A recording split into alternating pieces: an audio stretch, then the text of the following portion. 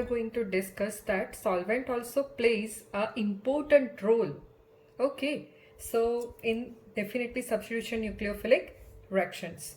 तो हमारा जो सबस्ट्रेट है, चलो हम सबस्ट्रेट ले लेते हैं haloalkanes. Okay, so when substrate के साथ अगर मैं H2O के प्रेजेंस में रिएक्शन करवाऊँ,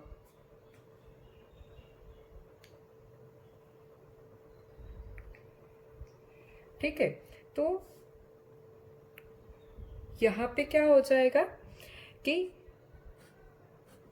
यहाँ पे OH आ जाएगा और H प्लस जो है वो एलिमिनेट हो जाएगा. तो पहले तो हम क्या करते हैं कि इसको स्टेप वाइज समझते हैं कि पहले स्टेप 1 के अंदर लिविंग ग्रुप जो है वो सेपरेट हुआ. ठीक है, तो यहाँ पे क्या हो जाएगा, कार्बोकेटायन जो है वो जनरेट हो जाएगा. ओके, अभी कार्बोकेटायन के ऊपर सॉल्वेंट का अटैक होगा तो सॉल्वेंट में डेफिनेटली जो ये वाला नेगेटिव जो पार्ट है वो अटैक करने वाला है यहाँ पे. ठीक है, तो यहाँ पे जो है वो फॉर्मेशन कुछ इस तरह से होगा.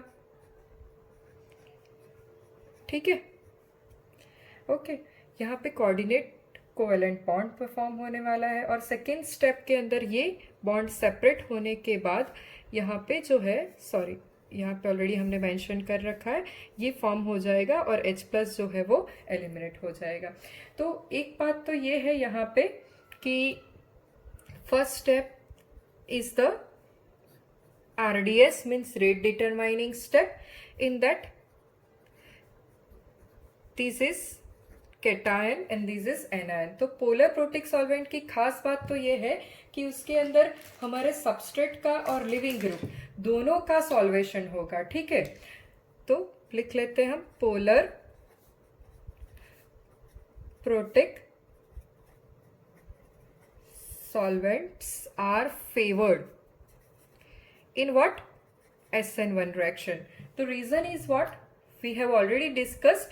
In a polar protic solvent, positive and negative ion both are solvated. Okay, positive and negative जो हमारे RDS के अंदर फॉर्म होते हैं both are solvated.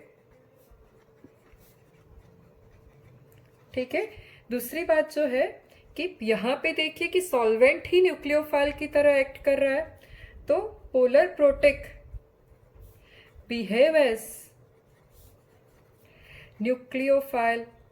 ठीक है, तो आपको गुजराती तो इनका पता ही है, गुजराती मीडियम स्टूडेंट. ठीक है, ध्रुवीय प्रोटिक और ये केंद्र अनुरागी है. ठीक है, behave as nucleophile and form product.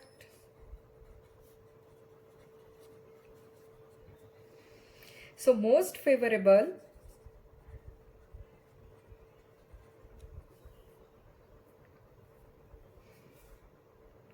first condition is 3 degree or resonance stabilized. ठीक है, कार्बोकेटायन जो है वो स्टेबल होना चाहिए. आपको पता ही है, इंटरमीडिएट 2-3 बार हमने डिस्कस कर लिया है ये तो मैकेनिज्म पार्ट SN1 रिएक्शन का, तो अभी तो कोई कंफ्यूजन नहीं रहा होगा.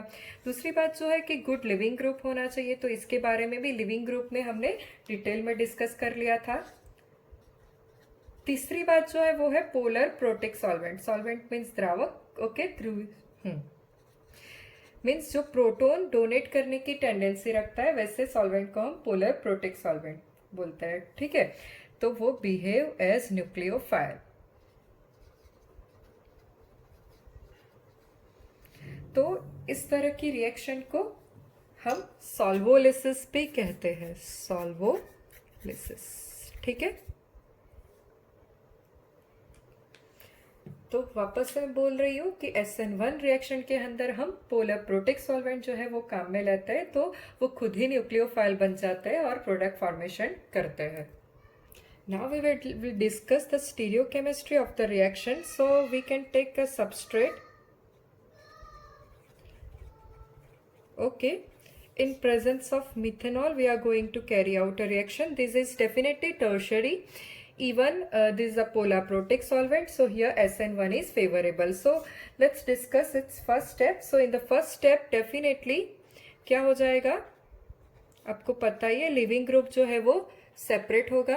अगर लिविंग ग्रुप सेपरेट होगा तो डेफिनेटली वो वाला स्टेप ही हमारा क्या हो जाएगा, रेट डिटरमाइनिंग स्टेप। और रेट डिटरमाइनिंग स्टेप के अंदर क्या जनरेशन होता है, कार्बोकैटायन का जनरेशन हो जाता है और लिविंग ग्रुप जो है वो सेपरेट हो जाता है। ठीक है, this is your slow step.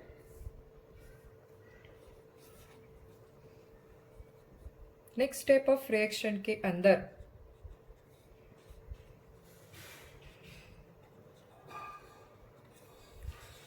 Nucleophile की तरह ही हमारा ये सॉल्वेंट है जो एक्ट करेगा और कार्बोकैटायन पे वो अटैक करेगा और फॉर्मेशन जो है वो कुछ इस तरह से हमें दिखाई पड़ेगा। ठीक है, वो ये जो है इलेक्ट्रॉन एज इट इज है और लास्ट स्टेप के अंदर आपको पता ही है ये H+ जो है वो निकल जाएगा। ठीक है, और न्यूक्लियोफाइल जो है वो हमारा पूरी तरह से अटैच हो जाएगा।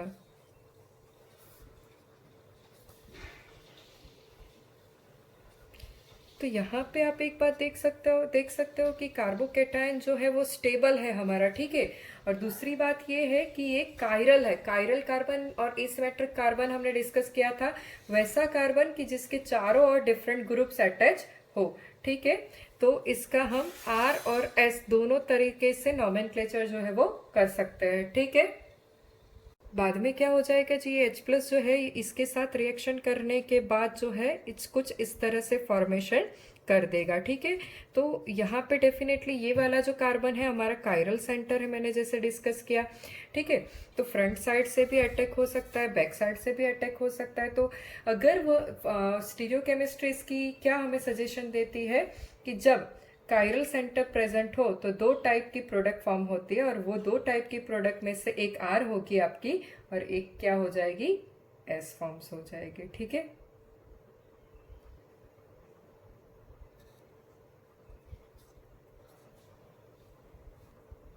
ओके, अगर ये डेफिनेटली R और S इसका बन रहा है तो इसके एक R फॉर्म और दूसरा जो S फॉर्म है उसको हम क्या बोल देंगे, एनांशियोमर। तो अभी तो हमने डिस्कस किया कि प्रोडक्ट के अंदर हमारा एक ही कायरल सेंटर हो, अगर एक से ज्यादा कायरल सेंटर हो तो उसके बारे में हम डिटेल में डिस्कस कर सकते हैं। ये नॉमेनक्लेचर सिस्टम जो हम डिटेल में पढ़ चुके हैं। ठीक है, तो उसके बेसिस पे आपको R और S तो पता चल ही जाएगा। अगर OH इस तरफ जुड़ा है, उसके अलावा अगर OH यहाँ पे जुड़ा हो जाएगा तो एक फॉर्म हो जाएगा आपका R, एक फॉर्म हो जाएगा आपका S और दोनों एक दूसरे के क्या बन जाएंगे, एनांशियोमर बन जाएंगे। ठीक है, अभी हम कुछ क्वेश्चन जो है वो डिस्कस करते जाएंगे। Question number 1। ओके, तो क्वेश्चन नंबर 1 के अंदर मैं पहले तो आपको बता दूं कि पहले तो Cl- निकल जाएगा स्टेप 1 के अंदर। यहाँ पे क्या जनरेशन हो जाएगा, चलो देख ही लेते हैं। ठीक है, यहाँ पे कार्बोकैटायन जो है वो जनरेट हो जाएगा। उसके बाद डेफिनेटली पोलर प्रोटिक सॉल्वेंट का उसके ऊपर अटैक हो जाएगा। ठीक है, उसके बाद आपको पता ही है कि OH ग्रुप यहाँ पे प्लेस हो जाएगा और H+ जो है वो निकल जाएगा। ठीक है, चल अगर ये कार्बोकैटायन जो है वो रीअरेंज हो सकता है तो आप इस तरह से प्रोडक्ट जो है वो फॉर्म नहीं कर सकते। तो चलो देख लेते हैं। कार्बोकैटायन जो है वो 5 मेंबर रिंग में से रीअरेंज होने के बाद जो है वो 6 मेंबर रिंग के अंदर कन्वर्ट हो जाएगा और ये जो है उसका ज्यादा स्टेबल फॉर्म हो जाएगा। ठीक है, तो ये जो है वो यहाँ पे शिफ्ट हो जाएगा या फिर इस तरफ भी आप शिफ्ट कर सकते हो, दोनों में से कोई भी तरफ शिफ्ट कर सकते हो। अगर इससे भी हमें रीअरेंजमेंट अच्छा करवा सकते हैं, इससे भी हम रीअरेंजमेंट करवाए तो यहाँ पे पॉजिटिव चार्ज आ जाएगा। ठीक है, इसके बाद एक बार रीअरेंजमेंट हो जाए उसके बाद जो है ये प्रोडक्ट पॉसिबल नहीं है क्योंकि कार्बोकैटायन जो है वो हमारा रीअरेंजमेंट होने वाला कार्बोकैटायन, तो रीअरेंजमेंट होने के बाद हमें अटैच करना है। ठीक है, अभी तो आपको पता है कि OH ग्रुप जो है वो यहाँ पे अटैच हो जाएगा। ओके, और H+ जो है वो निकल जाएगा। तो आपको पूरी मैकेनिज्म जो है ध्यान से समझ लीजिए। पहले तो लिविंग ग्रुप सेपरेट हुआ, उसके बाद हमने कार्बोकैटायन की रीअरेंजमेंट करवा ली और ये वाला जो बॉन्ड है वो 5 मेंबर के साथ लेके 6 मेंबर रिंग के अंदर कन्वर्ट कर लिया। अभी कार्बोकैटायन यहाँ पे शिफ्ट कर लिया और ये जो CH3 ग्रुप कार्बन के साथ जुड़ा है, उसको हमने यहाँ पे शिफ्ट करवा लिया, तो उसको रीअरेंजमेंट बोलेंगे, ठीक है। उसके बाद जो है यहाँ स्टेरिक हिंड्रेंस की वजह से हमने ये करवाया है। Hello students, good morning. So today we are going to discuss the stereochemistry in SN2 part. We have already discussed the solvent and stereochemistry in SN1. So SN1 के अंदर हमने देखा था कि इंटरमीडिएट इज कार्बोकेटायन, तो carbocation जितना भी stable होगा उतनी ही उसकी रिएक्टिविटी ज्यादा होगी और प्रोडक्ट सबसे ज्यादा स्टेबल बनेगी, ठीक है। तो वहां पे हमने देखा था कि polar protic solvent will be favourable, okay, for what, SN1।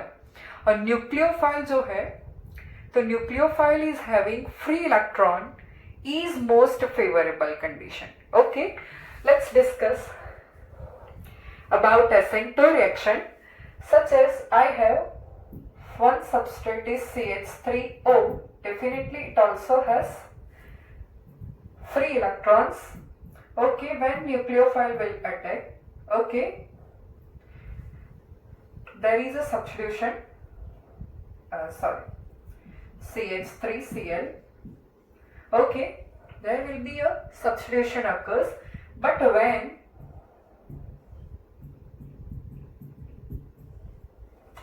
Nucleophile is this, okay, तो ये जो अटैच होने वाला है, तो दोनों में सब्स्टिट्यूशन तो होने वाला है, but yes A is more stable और मोर रिएक्टिव देन बी, क्योंकि यहाँ पे क्या है, यहाँ पे जो लोन पैर ऑफ इलेक्ट्रॉन है वो बेंजीन रिंग के साथ रेजोनेंस में है, मगर यहाँ पे आप देख सकते हो कि वो रेजोनेंस में नहीं है। रेजोनेंस में होने से क्या हो जाएगा कि ये फ्री इलेक्ट्रॉन जो है वो न्यूक्लियोफाइल की न्यूक्लियोफिलिसिटी को कम कर देगा। अगर न्यूक्लियोफिलिसिटी कम हो गई तो उसकी रिएक्टिविटी भी कम हो जाएगी। That is the reason that A is more reactive than B. Okay, now let's discuss about the solvent. Okay,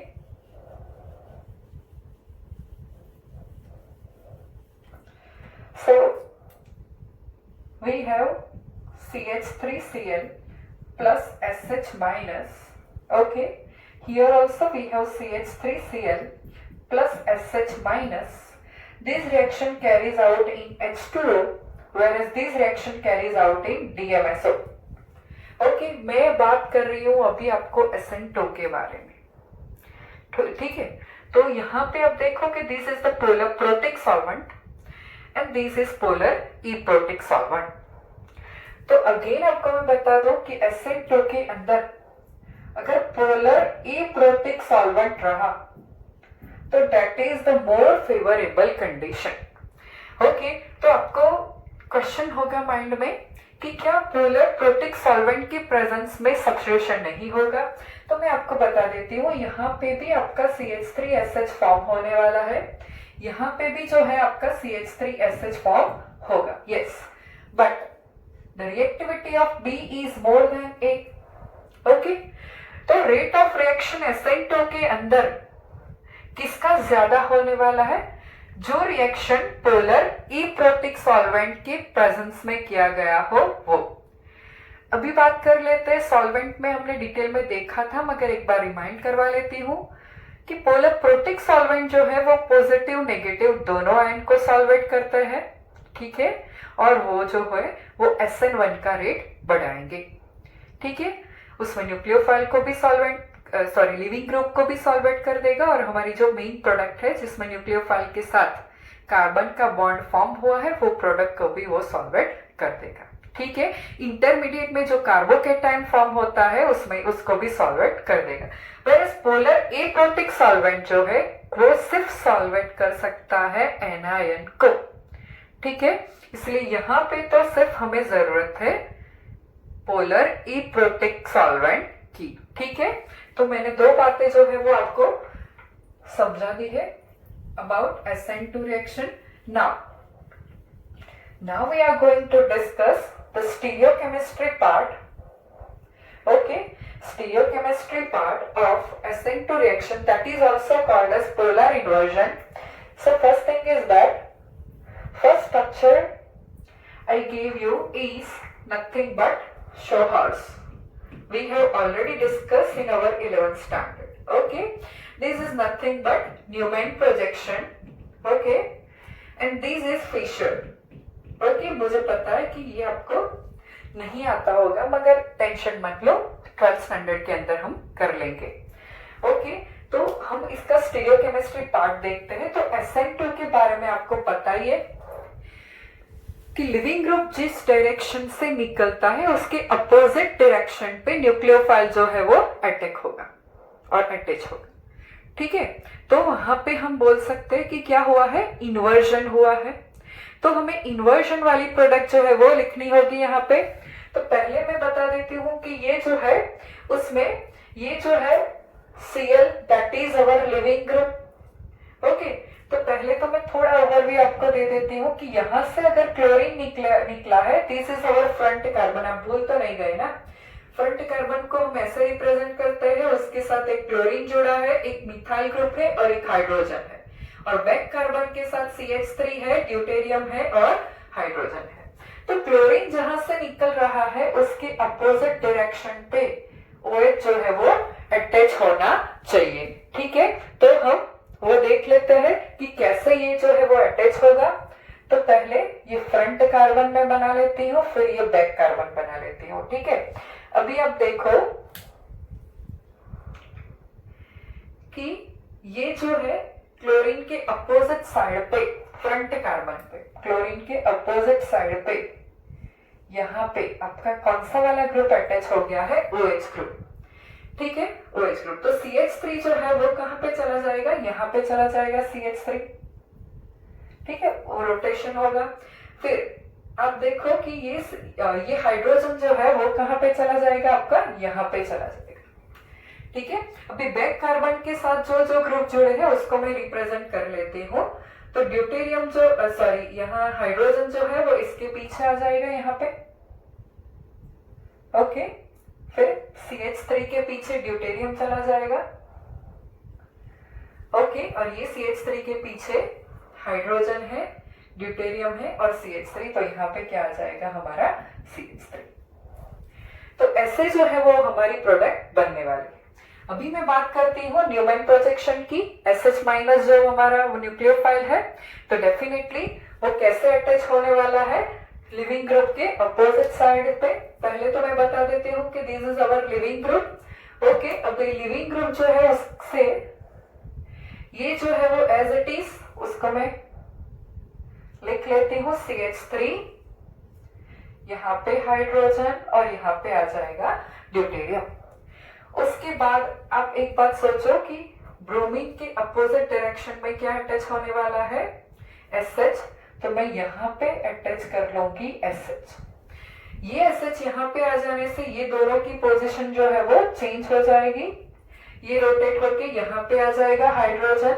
okay, sorry, hydrogen जो है वो यहाँ पे चला जाएगा और ड्यूटेरियम जो है वो यहाँ पे आ जाएगा. ठीक है, ब्रोमीन यहाँ पे आ गया नीचे, ब्रोमीन की जगह पे SH माइनस, हाइड्रोजन और ड्यूटेरियम ने अपनी पोजीशन चेंज कर ली. ठीक है, चलो अभी हम डिस्कस करते हैं फिशर के बारे में. तो फिशर का पहले तो आप देख लो कि ये जो है वो आपका लिविंग ग्रुप है.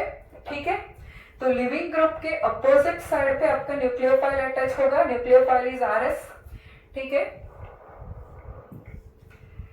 सो क्लोरीन के अपोजिट साइड पे मैं यहाँ पे अटैच कर लेती हूँ RS ग्रुप को. तो अपोजिट साइड पे यहाँ पे हाइड्रोजन चला जाएगा और बाकी के जो हमारे ग्रुप है वो एज इट इज. ठीक है, तो ध्यान से आप देख लो कि यहाँ पे क्या होगा, ये स्टैगर्ड फॉर्म है उससे वो एक्लिप्स फॉर्म में कन्वर्ट हो जा रहा है. ठीक है, ये न्यूमैन है मगर ये जो है उसका रिवर्स हो जा रहा है. ठीक है, और यहाँ पे भी क्लोरीन जो पोजीशन पे है उसके अपोजिट पोजीशन पे OH लग जाएगा, तो उसका भी इन्वर्जन हो जाएगा. तो तीनों में आप देख सकते हो कि स्टैगर फॉर्म से एक्लिप फॉर्म में आ गया.